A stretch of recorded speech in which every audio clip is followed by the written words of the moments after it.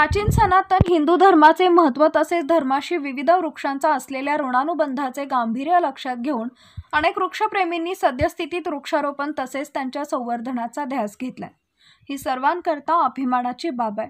वड, पिंपळ, औदुंबर, बेल, शमी, आवळा इत्यादी एक नाही तर अनेक देशी वृक्षांमध्ये ईश्वराचं अस्तित्व सामावलेलं आहे असं म्हणणं वावगं होणार नाही, असे वक्तव्य छत्रपती शिवाजी महाराज वनश्री पुरस्कार प्राप्त गजानन महादेव अप्पा मुलंगे यांनी श्री काशीश्वर महादेव मंदिर इटोली इथं वृक्षारोपण कार्यक्रमाच्या दरम्यान व्यक्त केले। कार्यक्रमाकरता संगीताताई घुगे, सरपंच ग्रामपंचायत इटोली, वृक्षप्रेमी जगदीश घुगे, दत्तराव निंबाळकर, पोलीस पाटील किशोर महाराज मठाधिपती, देवानंद बाबा महिला आश्रम इटोली, परमेश्वर स्वामी मुख्याध्यापक साईबाबा विद्यालय इटोली, नितेश गायकवाड वेलनेस कोच एलदरी, उमा घळे इत्यादी प्रामुख्याने उपस्थित होते। कार्यक्रमादरम्यान विविध मुख्य ठिकाणी एकूण 171 वृक्षांची लागवड करण्यात आली। कार्यक्रमाच्या अनुषंगाने सरपंच म्हणाले की वड, उंबर, पिंपळ, बेल, आवळा, शमी इत्यादी अनेक नाही तर अनेक वृक्ष देशी वृक्ष ऋषितुल्य आहेत।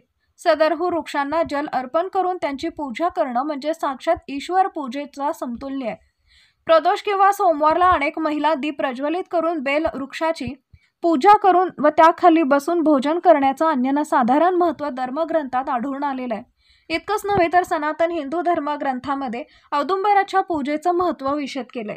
त्यामुळे धार्मिक, वैज्ञानिक तसेच पर्यावरणीय दृष्टिकोनातून जिथं कुठं शिवमंदिर किंवा इतर देवी देवतांचे मंदिरे असतील त्या ठिकाणी विदेशी वृक्षांना फाटा देत उपरोक्त ऋषितुल्य वृक्षांचं रोपण करावे असा मोलाचा सल्ला उपस्थितांना देण्यात आला। कार्यक्रमाच्या यशस्वीतेसाठी मुरलीधर तोडकर, राधाबाई तोडकर, सीमा घळे, लता घळे, शारदा राजमाने, उषा मिटकरी, मंगला पेटकर, गणपत शिंदे, अनु आवटे, कावेरी मुलंगे, सीमा मुलंगे, नंदा गांजरे इत्यादींनी मोलाचे सहकार्य केले। कार्यक्रमाचे सूत्रसंचालन अध्यापक परमेश्वर मेनकुदळे तर आभार मुख्याध्यापक मदन चौधरी यांनी मानले।